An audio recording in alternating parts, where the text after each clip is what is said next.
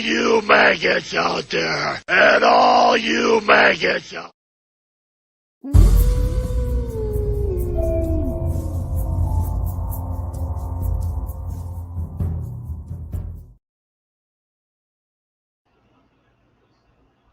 I'm Aqua Alex, and you're watching Aqua Alex Live. Let's learn about tropical fish today. Hello, tropical fish keepers. Welcome to another episode of Monster Fish 101. I'm your host, Aqua Alex Cardinale. Today, I'm going to be talking about a fish that incites fear and paranoia into human beings. And this fish is a fish that comes from South America and the Amazon River. And it's a fish that has razor sharp teeth. And it's a fish that can bite through bones and a fish that can kill animals and even harm people. But does this fish have a scary reputation and a bad reputation for no reason other than to scare humans? We're going to find that out today. It's Halloween week, and in order to celebrate Halloween, it's time to talk about monster fish. And what better fish to talk about on Monster Week than piranhas? You know, I, Aqua Alex, have been keeping piranhas for a number of years. While I have kept true piranhas, like the Pygrocentris caribe, the Pygrocentris neteri, which is the red belly piranha, in a couple of the Cerasoma species, like Cerasomus rhombus, Cerasomus elongatus, and Cerasoma spilo. I also appreciate the other species of piranhas. These include the vegan piranhas, but most of the vegan piranhas will also eat meat as well.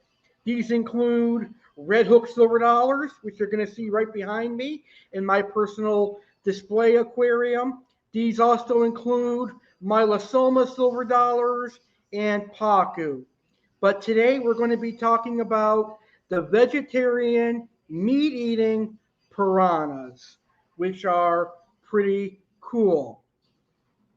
All right. So, do you have questions about piranhas? What do you like about piranhas? What is your favorite species of piranha? Post your questions and answers in the comments of today's video, or if you're watching this video live, please post them in the chat, and I will be glad to respond to your comments. So today, for the first time, I am also broadcasting live on Twitter. I now have the opportunity to broadcast on Twitter, and today is the very first video that I'm going to be using Twitter. So let's see how the Twitter fans like my live streams, because I know you YouTubers love them. We'll see how my Twitter fans like my live videos as well. So today I'm going to give you some information on piranhas, and then I will show you the group of piranhas that I had that I videotaped towards the end of the video. So let's get started. I'm going to start with some information on the furious and ferocious piranha that has a monster reputation. But is their reputation really accurate? Well, we're going to find out right now. So, most of the piranha's reputation comes from Teddy Roosevelt. So, we can blame Teddy Roosevelt for the piranha's bad reputation. And I'm taking this from a website, and it says on the website, when Theodore Roosevelt journeyed to South America in 1913, he encountered, among other exotic creatures, several different species of piranhas. Here's what he had to say about them in his bestseller, Through the Brazilian Wilderness. They are the most ferocious fish in the world. Even the most formidable fish, the sharks or the barracudas, usually attack things smaller than themselves. But the piranhas habitually attack things much larger than themselves. They will snap a finger off a hand incautiously trailed in the water. They mutilate swimmers. In every river town in Paraguay, there are men who have been thus mutilated. They will render and devour alive any wounded man or beast, for blood in the water excites them to madness. They will tear wounded wild fowl to pieces and bite off the tails of big fish as they grow exhausted when fighting after being hooked. Roosevelt went on to recount a tale of a pack of piranhas devouring an entire cow. But here's the thing. According to Mental Floss, locals put on a bit of a show for Roosevelt, extending a net across the river to catch piranhas before he arrived. After storing the fish in an aquarium without food, they tossed a dead cow into the river and released the piranhas, which naturally devoured the carcass. So that goes without saying. If piranhas are relatively well fed, they will leave living things alone. Piranhas only attack the weak, the dying, and the dead. They're kind of like Mother Nature species that was put on this earth to take out the weak and take out the dying and take out the dead. A healthy piranha that's been feeding will not attack a human being or any other animal for that matter, unless that person is severely injured, dying, or already dead.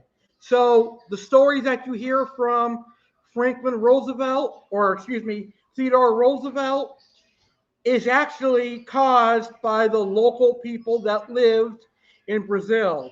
They purposely took those piranhas out of the water, put them in the aquarium, and starved them for days before releasing them back into their pond.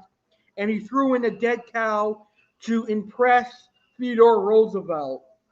So normally, under normal circumstances, piranhas would act just like any other fish. And if you don't believe me, go back and watch the very first episode of River Monsters with Jeremy Wade. Jeremy actually goes into a pool filled with piranhas, and the piranhas paid Jeremy Wade no mind. And I can assure you, a healthy piranha will not pay attention to a living animal, whether it be fish or beast or human, if that piranha has already fed and if that human or animal is alive and well. Now, piranhas have lived in South America for over 1,000 years. They are one of the longest living freshwater tropical fish species, not only in South America, but also around the world. Piranhas have been around for a long, long time. Piranhas are known for their teeth. Their teeth are very sharp. They're like knives. They're like a very sharp blade. They are intense, but the piranha's teeth are replaceable, meaning the piranha will shed and grow new teeth. So piranha literally translates to toothy fish.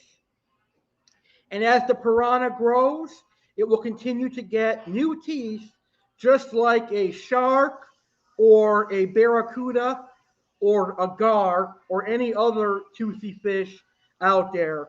However, unlike a shark, where a shark only grows one tooth at a time, a piranha will get multiple teeth at a time as they regrow, which is pretty interesting considering most piranhas are only 8 inches or 12 inches full grown. So that's pretty cool. Now, like I just mentioned a few moments ago, piranhas only attack dead, weak, and dying animals. And piranhas do have an interesting way of attacking their prey, which would be weak fish. Piranhas go for the tail, the eyes, or the stomach of their prey, which is pretty smart in my book for a fish because that will immobilize their prey fish, where the fish will not be able to escape the attack from the piranha. So there is a documentary video that I watched a number of years ago that showed a shoal, and a shoal is actually a big school. So if someone tells you that there's a shoal of fish, that means there's actually a big school of fish, and the school can be hundreds to thousands of the same species.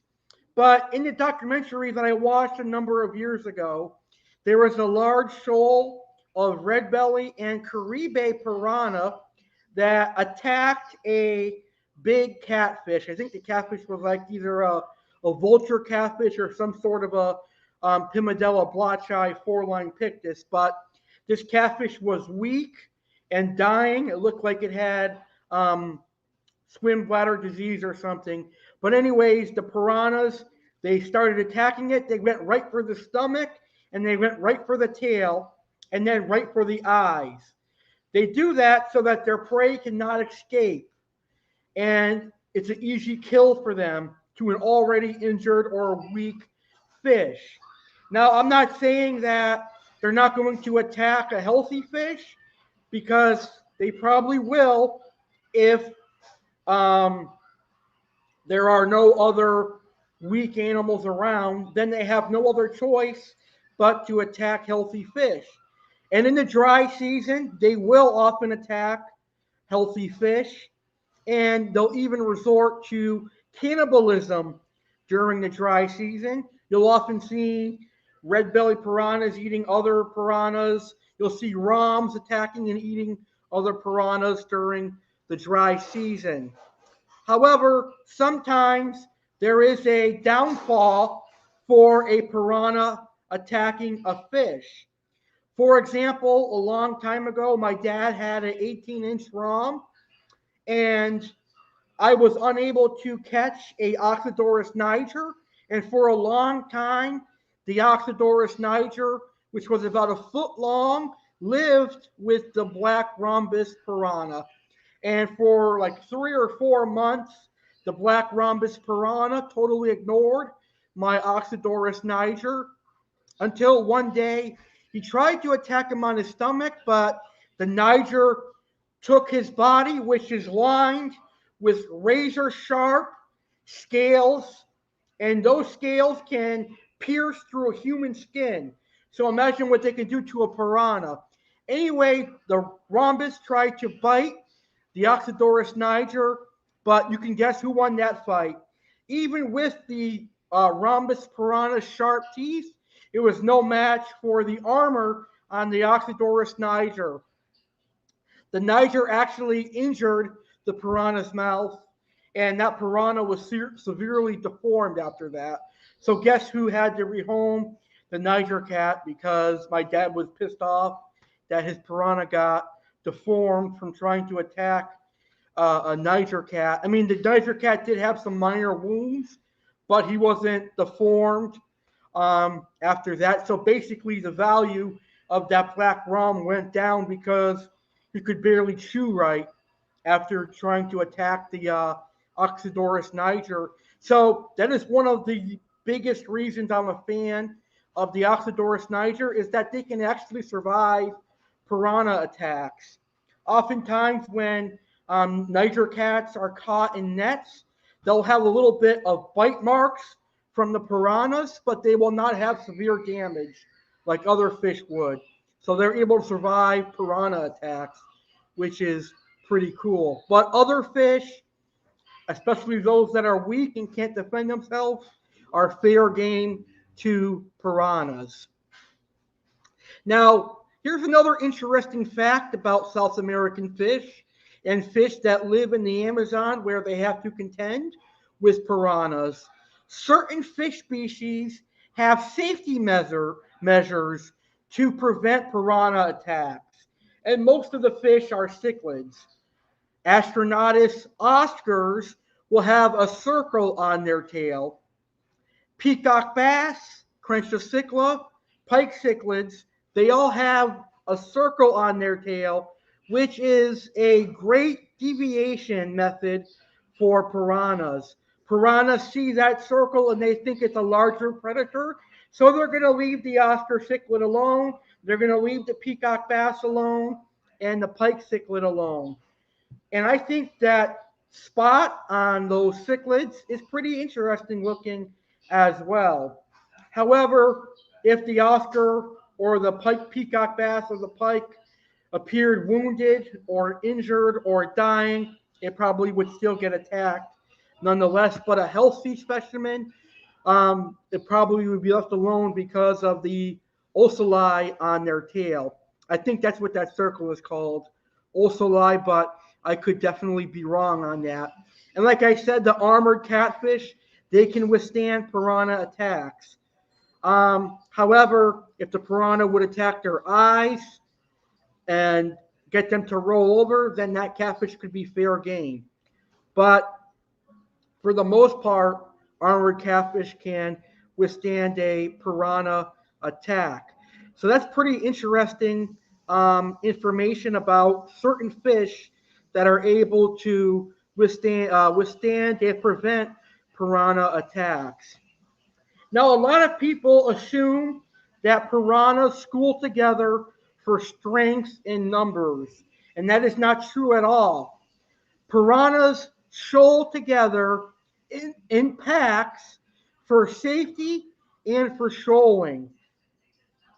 Piranhas by nature are a very skittish fish, and that is for a very good reason. Piranhas are often prey. Excuse me. Piranhas are often prey for caiman, which would be like alligators and crocodiles. I don't know if there's crocodiles in South America, but piranhas are prey for alligators. They're prey for large birds. They're prey for other large predatory fish, such as my favorite wolffish, pariah, peacock bass, and other large growing fish that live in South America. And even anacondas and rodents will catch and eat piranhas. So the piranha schooling is not for strength in numbers, it's for safety and to avoid being taken by prey by other animals. Some piranhas are parasitic scale eaters. Piranhas like the wimple piranha are known just to attack fish for their scales. And they'll kill a fish just to eat their scales. So that's why wimple piranhas are kept alone, because they will attack other fish's scales and kill them by eating all of their scales. Now, there are over 30 species of piranha, but a majority of piranhas fall in the Pygocentris or Cerasomus species. The Pygocentris and Cerasomus classifications are the true piranhas. Piranhas grow to a wide range of sizes, from 8 inches all the way up to 24 inches. The red belly piranha will grow to 8 to 10 inches, while the Caribe piranha can grow to 8 to 12 inches, and the black rhombus piranha, one of the largest growing piranhas, can grow to 18 to 24 inches, and the Manueli, which is one of the more colorful piranhas, can also grow to 18 to 24 inches as well. So, and that's not including Pacu. Pacu can grow 3 to 4 feet, but most people don't classify Pacu in the family as piranhas. But I'm going to tell you, Aqua Alex, do classify Pacus and silver dollars in the family of piranhas. Why? Because they're in the Cerassomidae family, and they pretty much share the same diet. A lot of people say that silver dollars and Pacus are vegetarians, and yes, that's true. They will eat nuts and fresh fruit that fall into the Amazon River, but during the dry season and at opportune times, they will eat insects and fish and crustaceans as well. So that's why I personally include red hooks, black bars, Mylosoma, and Pacu into the piranha family. And I think it's really important if you're keeping red hook silver dollars or other Mylia species or Mylosomas that you include meat as part of their diet because it's going to give them intense coloration. I wish my webcam would be a little bit closer to my red hook, who is actually right here. He has some intense red coloration that comes from raw market shrimp and tilapia, which helps provide coloration to the piranha. And that, my friends, is some information on the piranhas. Now I'm ready to show off some piranhas. And now I'm going to talk about my personal favorite species of piranhas. And I'm going to show you a picture of each of my favorite species. So let's get started. All right. So my first favorite piranha is the Pygocentrus caribe. Now this is a variant of a red belly piranha, but it is much more aggressive and it grows a little bit larger than the typical red belly piranha. If I'm not mistaken, the Pygocentrus caribe comes from Venezuela and Brazil. Very, very interesting looking piranha. I love that dark black spot and that dark orange belly. My next favorite piranha is the classic red belly piranha, Pygocentrus nateri. And as you can see, this fish is gray with silver spots and a dark orange belly. Another beautiful piranha. My next favorite piranha is a Cerasoma species, and it's known as the green tiger piranha, aka the Cerasomus manueli. This piranha looks just like a Mylia strumbaki, black bar silver dollar, but it is more aggressive and it grows much larger, and it kills other fish. This is a beautiful piranha. As you can see, a silver body with that emperor blue hook that the wide bar silver dollar has, that black bar like the wide bar silver dollar has, and that dark orange cheek, which the male Strumbaki silver dollars have. But all Manueli piranhas, male and female, have that dark orange face as well. All right, my next favorite piranha is the black piranha, aka Cerasomus rhombus. Look at the size and beauty of this piranha. Cerasomus rhombus get quite large, up to 2 feet in length, and they get darker black in coloration as they mature, and those red eyes are absolutely stunning. Cerasomus spilo, Another beautiful piranha that I really enjoy. Look how beautiful this golden spillo piranha is. Very, very nice looking species of piranha. Then there is the Gary piranha, Cerasoma gary, and this is one of the only species of Cerasoma that can school together. You can keep multiple species of this Cerasoma in a large aquarium. I like that vertical black line that runs across the forehead of this piranha. Look at the coloration of this piranha. Very, very beautiful. I also like the silver body and that black humal spot on the piranha. And last but not least, this species of piranha is shaped like a pariah, also shaped like a dorado and shaped like a wolfish. This is the Cerasomus elongatus, the elongated piranha. Look how unique that piranha looks. It still has the piranha features, but a body that is built like a pariah or a dorado or a freshwater barracuda that also comes from South America. So those are my personal favorite piranhas. So now let's talk about keeping piranhas in the home aquarium. I'm going to give you some tips for keeping piranhas in aquariums.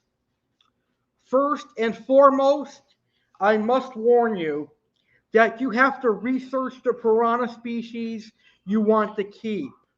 Don't just go out there and buy any piranha you see, because Pygrocentris piranhas and Cerasomus piranhas are two different animals. Pygocentris piranhas can school and shoal together, while most, if not all, Cerasomus species have to be kept singly in their home aquarium. I'll be right back. I have a cake baking in the oven, and I'm going to take it out, but when I come back, we'll continue our conversation.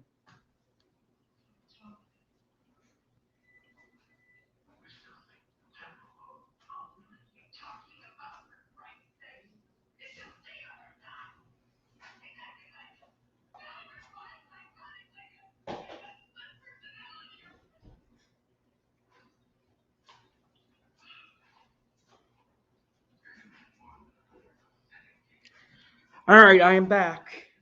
I'm a man of many talents. I can do a video and also bake at the same time. But anyways, like I said, you're going to want to research the piranha species that you want to keep before you go out and purchase a piranha. So if you want red belly piranhas, research the Pygrocentris species.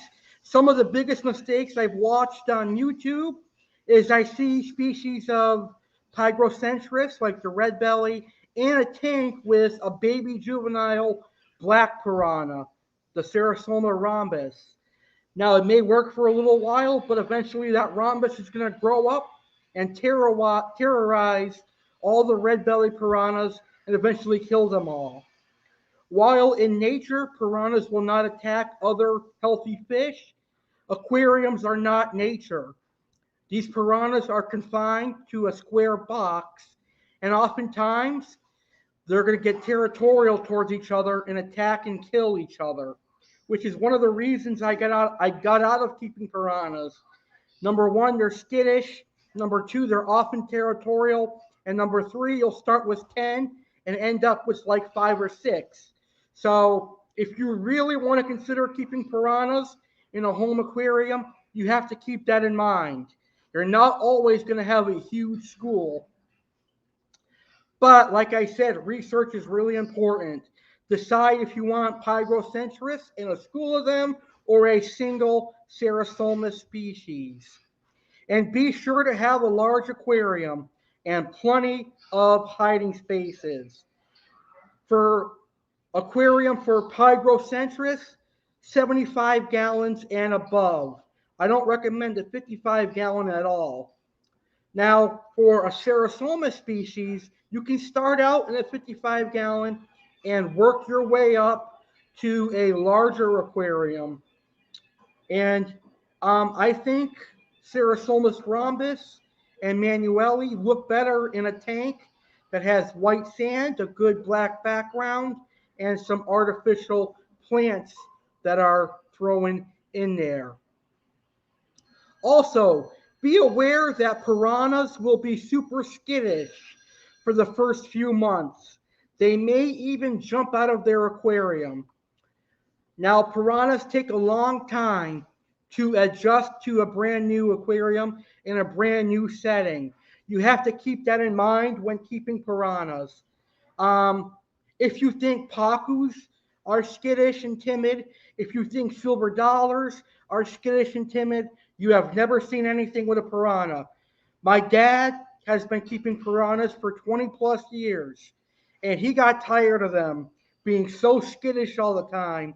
When I was a kid, he had all types of piranhas, Hygrocentrus, Cerosomus, and some of the Pristobiricon scale-eating piranhas. And every time I would go to take pictures, they would dart all over the aquarium. And one time I had a Cerosomus jump out almost at my feet because he was so skittish. So they take a long time to adjust to captivity. So in my mind, I believe piranhas belong in nature, and I don't think they should be kept in aquariums just because of how skittish they actually are.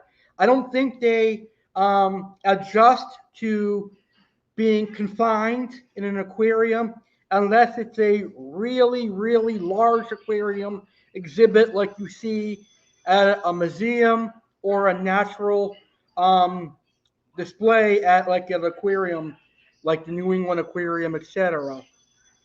But having said that, once they do settle in, they kind of lose that skittishness. So let's talk about feeding piranhas. They'll eat anything, anything at all. I fed market shrimp. I fed tilapia. I fed earthworms, although they technically just like took bits and pieces of the earthworm, but they did eat the pieces of fish and shrimp.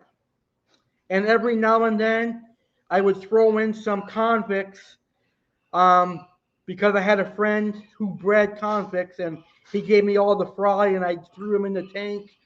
And a lot of them survived, but most of them became food because of the piranha's territorial nature in a confined environment.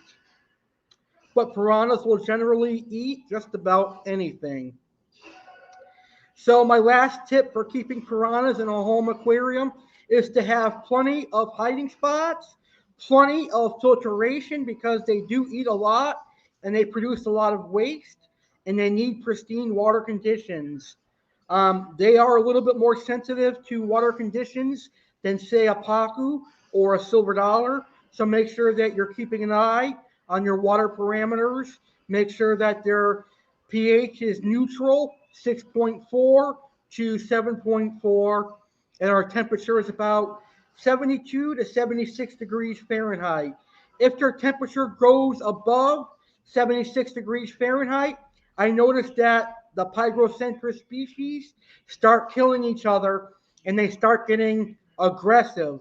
And that is because during the heat wave in South America, that is when piranhas start their breeding rituals. So we do not want to encourage that in a home aquarium because of how aggressive and territorial piranhas are in a confined environment.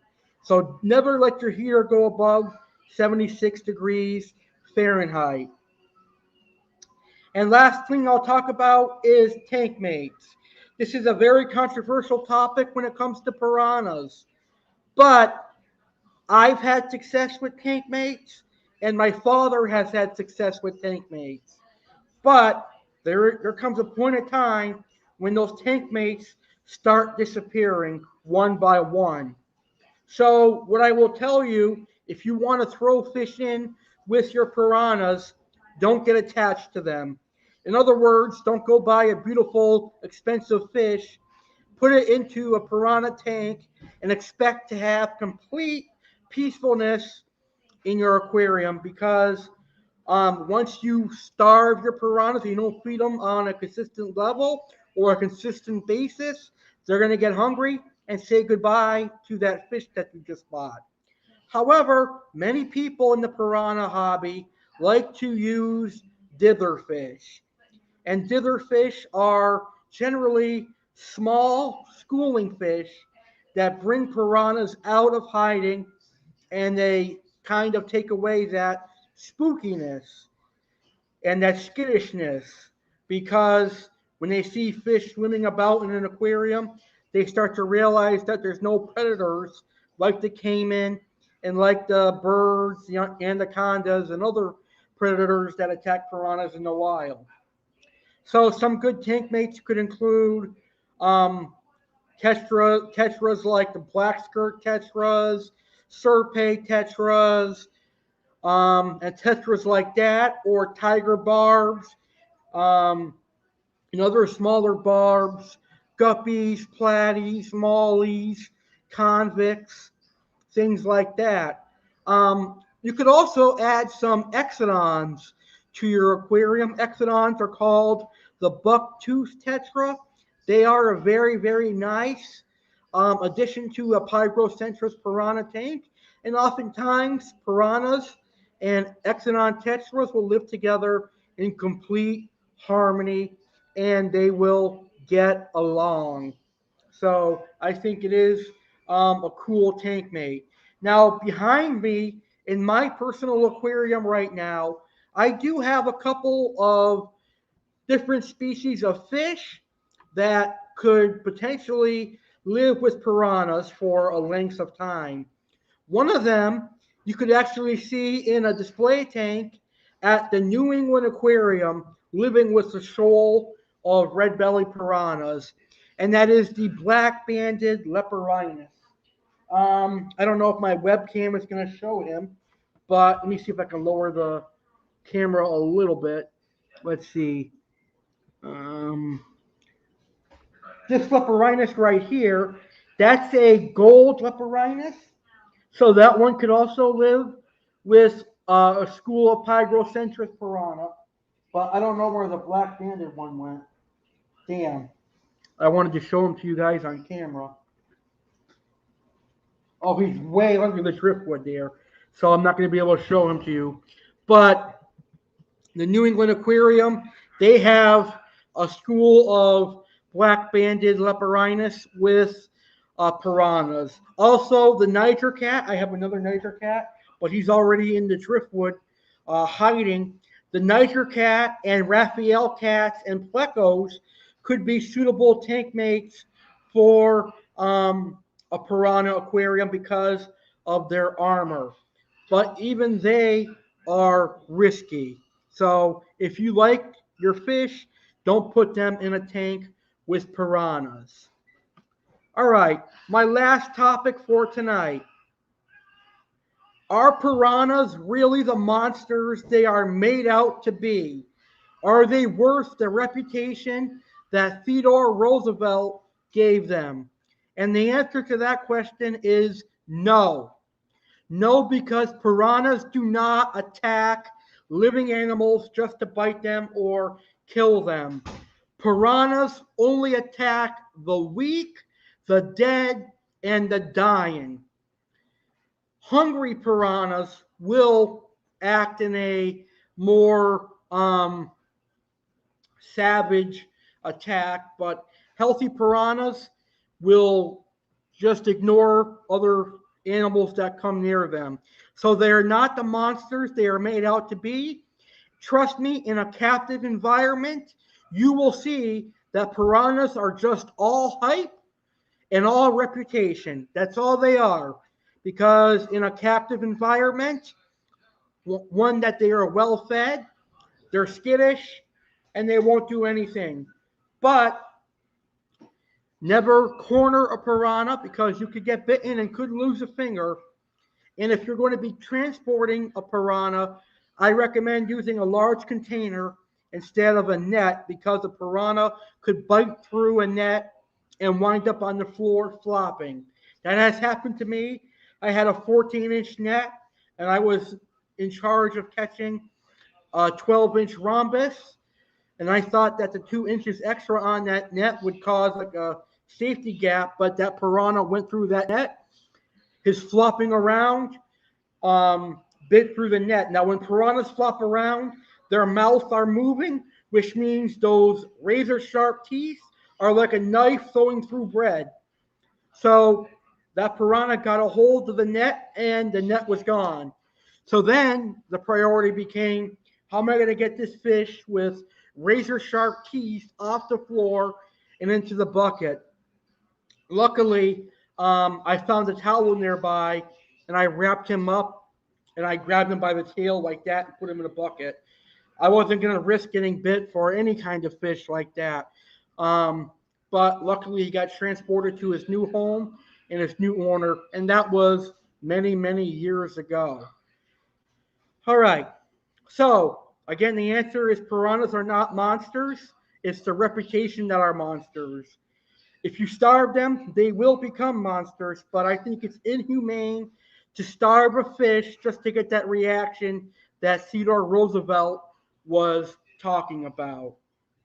But do I like piranhas? Absolutely. I think they're an incredible fish. I think they are gorgeous. Would I keep piranhas again? Possibly.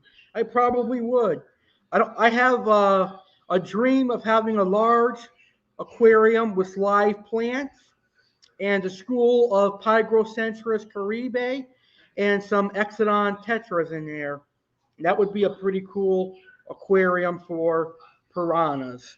All right, so right now I'm going to show you a video of some red belly piranhas and caribe piranha that I had many, many, many years ago. And it's uploaded on my YouTube channel, but I'm going to play it on our video today. So let's check it out, and then I'll come back and wrap up this show.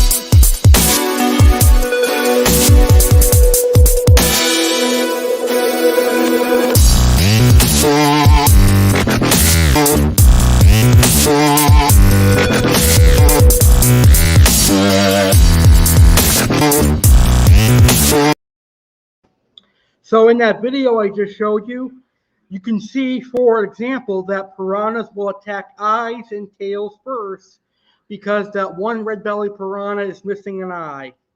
All right, guys and gals, I want to thank you for tuning into today's episode of Monster Fish 101. This Halloween season, I had a blast talking about wolffish and piranhas. If you missed my Monster Fish 101 on wolffish, it is on the Aqua Alex Live playlist here on the legendary Alex Cardinale YouTube channel. So go check it out.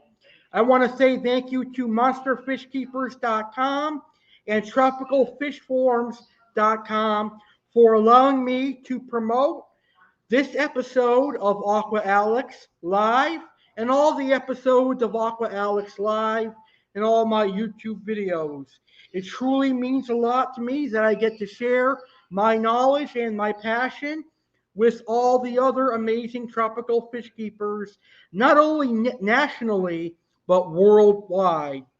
I also want to thank the Facebook fish groups that allow me to promote all my episodes And I want to thank all of you for tuning in and watching this wonderful episode. So, thank you for watching, Tropical Fish Keepers. Be sure to subscribe to my YouTube channel, the legendary Alex Cardinale. With that being said, enjoy the aquarium hobby and don't be toothy like a piranha. Don't bite your neighbors or your friends. Have a great one, guys, and enjoy the aquarium hobby. Aqua Alex Cardinale saying thank you for tuning in, and I will see you on the next episode of Aqua Alex Live.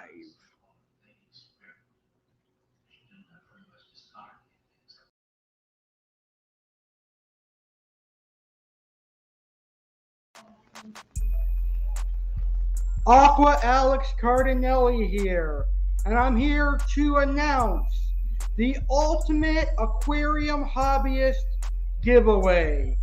On Sunday, March 6, 2022, I will proudly celebrate my 8th year as a YouTuber. And to celebrate and say thank you to all the amazing aquarium hobbyists and tropical fish keepers who have supported my YouTube channel over the last 8 years, I am doing the Ultimate Aquarium Hobbyist giveaway. There are 3 amazing prizes.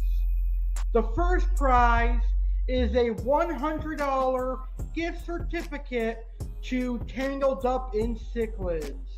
Tangled Up in Cichlids is home to many awesome South and Central American cichlids such as Oscars, Severums, Waru, Angelfish, Jack Dempsey's, Viajas, and much more. They also have catfish, plecos, cherrisons, and even African cichlids. The second prize is a $100 gift certificate to Aquatic Rarities, Inc., aka Malone's Monsters. Now, Bob at Malone's Monsters and Aquatic Rarities is a true aquarium hobbyist with a love for monster fish and tropical fish in general. You will find things like lungfish, Leptorus, arowanas, four-eyed anablips, and more cool oddball fish at Aquatic Rarities. And the last prize giveaway, and the third prize, is Little Egypt Aquarium Club gift certificate donated by Little Egypt Aquarium Club founder Jeremy Stellhorn. Now, on the Little Egypt Aquarium Club website, you will find aquarium supplies for sale, like Fluval FX6 canister filter, hang on the back filters, aquarium heaters, and some awesome tropical fish food. You will be able to use that gift certificate to purchase some amazing aquarium supplies. So, aquarium hobbyists, to enter this giveaway, it's really simple. All you need to do is film a video of your aquarium and your tropical fish. In the video, talk about your favorite tropical fish species. Then tell me about what new fish you want to get and what aquarium supplies you can use. So, since Tangled Up in Cichlids and Aquatic Rarities only supply freshwater fish, it is beneficial for freshwater hobbyists to enter. However, saltwater hobbyists are encouraged to enter as well. And if a saltwater hobbyist wins, they will win a gift card to either Live Aquaria or Blue Zoo Aquatics, provided that the winner is a saltwater hobbyist. So all you've got to do is film a video of your aquarium and your fish, and also talk about your favorite tropical fish species, talk about what new fish you want to get, and what aquarium supplies you can use. Email your video to alexgoyankeescardinale19@gmail.com by no later than March 1st, 2022. In your email, leave your name, your contact information in case you win, and of course, your video. Each video entry will be uploaded to my channel and in my giveaway playlist. The top 3 videos with the most views and likes will be the 3 winners, and they will be announced live on March 6, 2022 during my 8-year YouTube anniversary celebration live stream. Good luck, aquarium hobbyists. This contest is open to every aquarium hobbyist, whether freshwater or saltwater, and any aquarium hobbyist in the United States of America. So enter right now. Good luck, and I can't wait to see your videos. Remember the deadline to enter, March 1st.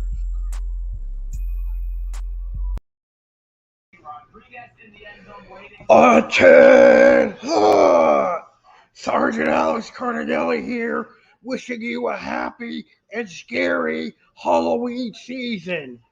Don't forget, maggots, to turn into the 2021 Halloween Bash, hosted by me, Sergeant Alex Cardinale, live on Halloween night, October 31st at 9 p.m. Eastern, 6 p.m. Pacific, right here on my YouTube channel, the legendary Alex Cardinale. Be there or be square. And that's in order.